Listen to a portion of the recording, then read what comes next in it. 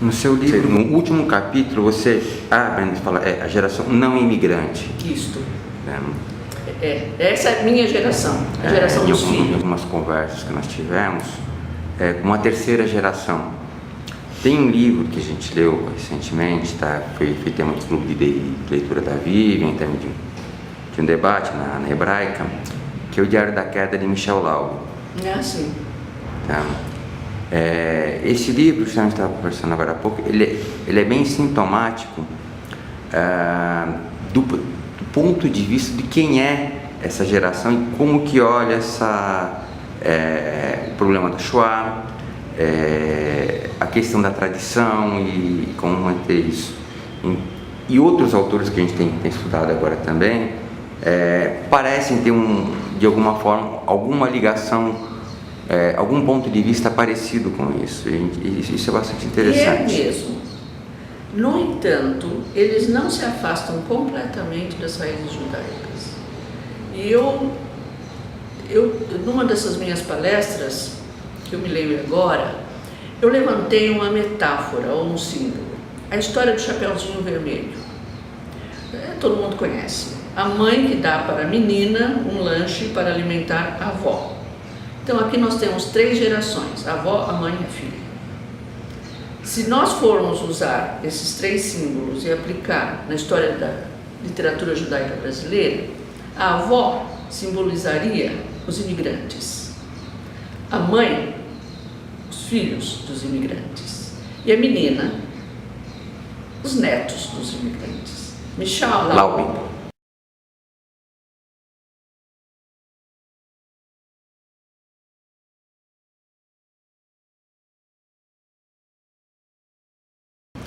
Estaria dentro do quadro da menina. A menina leva o lanche para a avó, a menina alimenta a avó. Quer dizer que a menina também usufrui da companhia da avó. E a mãe é o ponto de ligação entre as 2 gerações. A que a precedeu e a que é o futuro dela. Então essa terceira geração é esta, que não é impossível desligar-se totalmente, mas está muito mais inclinada a desobedecer às ordens, a sair do regulamento, a entrar pela floresta e enfrentar o lobo mau, flutuando, mas eu coloco dentro desses paradigmas. E eu parei no meu livro praticamente na mãe, na geração da mãe, dos filhos dos imigrantes. Ainda não cheguei aos netos dos imigrantes. Agora você vai escrever o livro dos netos. Talvez sim. Já comecei alguma coisa, mas ainda não, porque eu ainda estou trabalhando um pouco na literatura brasileira propriamente e tal. Mas essa é a minha maneira de focalizar a literatura judaica brasileira. Por exemplo, um outro exemplo, Bernardo Eisenberg.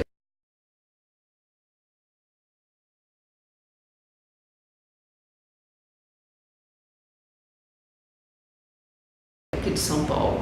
Ele escreveu um livro muito bom sobre 2 advogados, um judeu e outro não judeu, sócios, que tiveram que encarar um crime, e nessas alturas a amizade de um dos advogados pelo réu estava interferindo na justiça, que deve ser cega.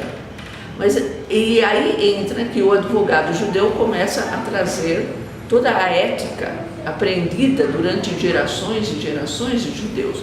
Então, o Bernardo Eisenberg, que é filho de imigrantes, e mesmo se tivesse nascido no exterior e vindo para cá, com alguns meses ou alguns poucos anos, ele ainda seria aquele que estava mais perto da geração anterior. Então, ele trouxe para um livro que mostra o que é aculturação e como a aculturação pode favorecer o seu trato com os não-judeus, está nesse livro dele.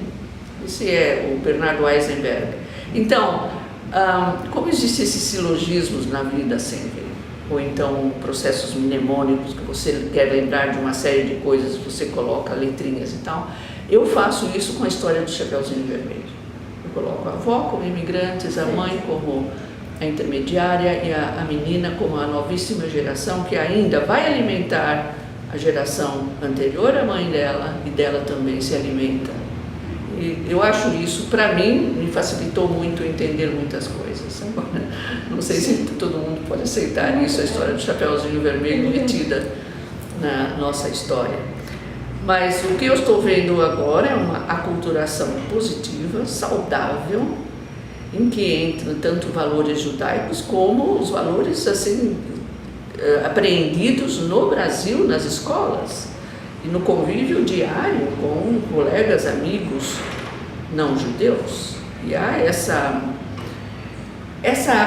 amizade e essa inter-relação, digamos, antes de entrar na palavra amizade, essa inter-relação que é muito positiva.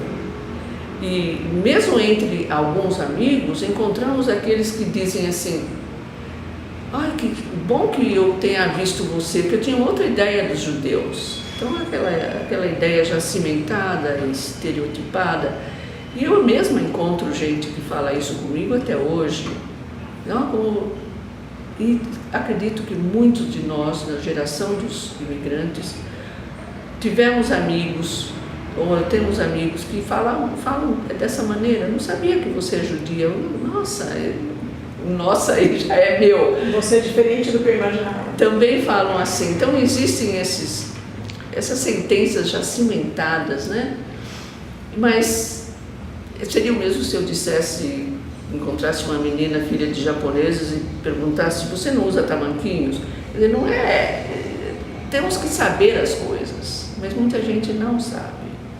Já nos Estados Unidos, a cultura judaica está muito diversificada e muito entrada, digamos assim, na cultura geral norte-americana, principalmente nas duas costas, na costa leste e na costa oeste. Já no interior nem tanto, mas nas duas costas sim. Washington, Boston, Nova York nem se fala e tal. E Califórnia inteira, e Oregon, e Nevada, todos aqueles lugares para o oeste. Já no interior, eu estive em Iowa, havia uma sinagoga, havia judeus estudantes e professores, e logo que souberam que eu era judia, começaram a perguntar sobre os judeus do Brasil, que naquele tempo, foi o ano 1972, não sabiam da existência de judeus quase em outros lugares. Mas agora já estamos todos mais ou menos já sabendo mais. Quer dizer que eu acho que as coisas são sempre melhores do que antes, sempre melhores. Eu acredito nisso. Eu acredito nisso, que quanto mais nós publicarmos sobre os judeus, tanto os aspectos positivos quanto negativos, porque nós os temos absolutamente, mais nos compreenderão e mais nos aceitarão como pessoas, como todo mundo. É assim que eu vejo. Quando eu estive numa conferência, nem me lembro que lugar que foi, veio um rapaz, um homem, que me perguntou sobre Moacir Scliar, se ele era judeu ou ele escrevia sobre os judeus. Porque a palavra Scliar, para eles, não é tão diferente lá do que como é aqui. Sim. Então aqui nós logo começamos a pensar de onde vem esse nome, lá não. Tanto é que há várias versões do Scliar, Sclaru, Sklar e tal. E eu falei: sim, ele é judeu, ele é filho de judeus. Ele cresceu como um judeu e na casa dele se falava o Yiddish. Então esse senhor me perguntou se ainda se fala Yiddish no Brasil. Eu falei: está desaparecendo, porque a geração que falava o Yiddish já está indo embora. Mas nas universidades, nas grandes universidades, há a cadeira de Yiddish. Existe aqui na Universidade de São Paulo. E falando nisso, um dos nossos escritores mais recentes escreveu sobre o desaparecimento do Yiddish num poema chamado Logocausto.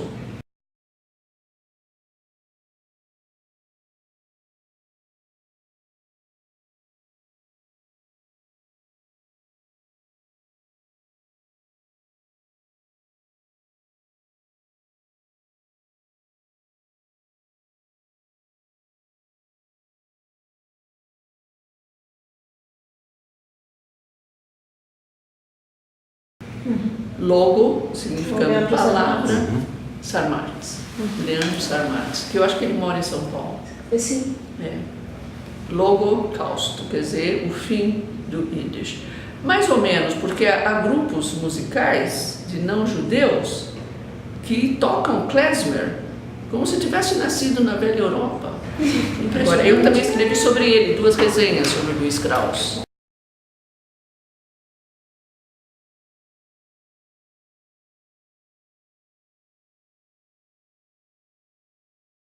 Luiz Krauss é muito interessante o que ele escreveu do Desterro.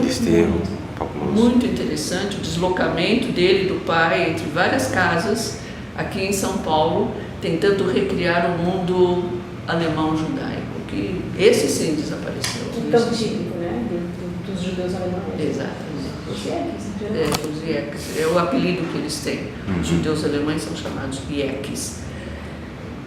O Luiz Krauss é um bom representante desse tipo de literatura aqui. O Desterro, esse livro dele, até a passagem interessante, como ele usa isso daí dentro da narrativa para destacar os momentos, ele lança algumas dúvidas também sobre a própria questão do judaísmo. Também, principalmente porque eles eram muito assimilados, né? Assimilados mesmo, não eram aculturados apenas. E aqui no Brasil eles se fecharam. Aqui eles se fecharam numa comunidade alemã mais do que qualquer outra coisa. E ele sabe disso, Luiz, ele fotografou isso verbalmente, ele colocou isso. Como eles se reuniam falando só alemão e tentando fazer uma réplica da vida que eles tiveram na Alemanha. Infelizmente, para Hitler isso não valia de nada, eles não eram assimilados, eram judeus. Nós sabemos, até não sei quantas gerações. E o outro livro do Luiz Krauss também... O Deserto, que também fiz a resenha, que foi na Inglaterra que ele foi procurar as raízes dos alemães, e muito interessante. E como ele faz o contraste com o que ele viveu em Israel e toda a diáspora aqui em Israel, mais ou menos, se mantém distante, mais ou menos, pelo que eu percebi em Israel, nas minhas viagens. Eles não estão dando muita importância a nós na diáspora, literalmente falando, literariamente falando.